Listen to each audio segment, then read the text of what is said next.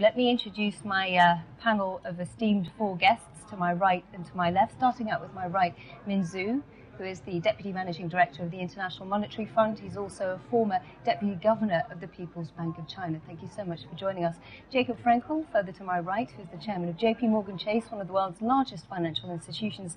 And to my left, we have Alejandro Jara, who joins us as the Deputy Director General of the WTO, the World Trade Organization, and Romano Prodi, last but not least, who was the former Prime Minister of Italy. Let's start out with Min Zhu. First of all, obviously representing the International Monetary Fund, you've been very much in the eye of the limelight, let's say, perhaps even the eye of the storm, because you've been having to help so many countries that are having a hard time around the world, notably in Europe. Your main priority, you've been saying often, is to get growth going again, but you also acknowledge that that is probably one of the biggest challenges of our age. Well, the main challenge you obviously laid out. One thing is our mandate to maintain global financial stability and economic stability. And a part of stability comes from the growth, because if you don't have growth, it's hard to have economic and financial stability. So we need to do both. And given currently the debt ratio is still way high, I just mentioned, with all these austerity programs in the advanced economy, for example, the debt ratio is still on upsides, not on downsides. We forecast the debt ratio to GDP probably will be stabilized in 2016. At that time, end up with 115% of GDP. So the debt ratio is still way high. So we have to cut the debts. We have to do the fiscal consolidation. But meanwhile, the growth is relatively weak. This year is a 3.25%, and lower than 4% last year.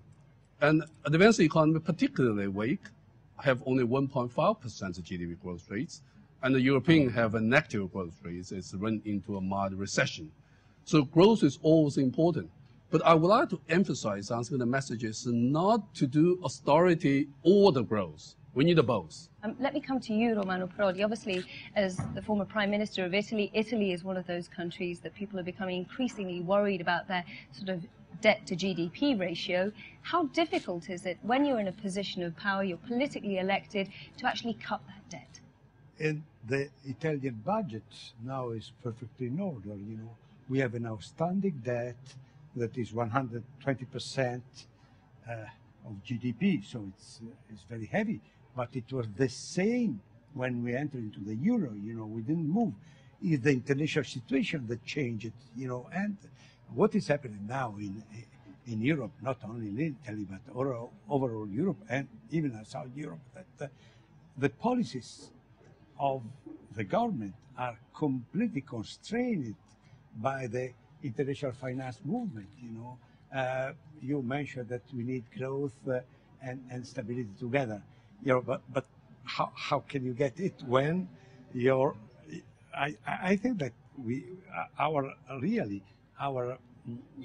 sovereignty is limited now. Are you talking about a lack of sovereignty because of the fiscal framework that the EU leaders are trying to push through to try and solve some of the ills in the Eurozone crisis? Or are you talking about the fact that some countries are getting just priced out of the bond markets? No. I am, when I talk of lack of sovereignty, you have to consider it literally. Let's say the governments, in the idea of the modern state, they take the decision for the country. Now they cannot take the decision for the country because they are limited by this environment. And this is why it's clear the outcome for Europe is only to stick together, to become as big as the United States or China, and so you will not be attacked and your sovereignty will be safe. And so we keep sovereignty only if we bring the sovereignty at a European level. Is it worth saving the Eurozone at any cost? Once you pose the question in this way, the word any cost, then obviously there must be some cost when it's not worth it. But the question is, can one deal with it in an acceptable cost? But in order to go about it, let me start by fully agreeing with my good friend Min Zhu, which says the choice so to speak, between austerity and growth is a fallacious choice. You do not have this choice.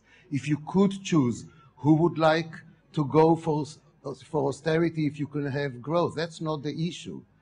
And you know, semantics create content. I do suggest that we replace the word austerity with the word responsibility.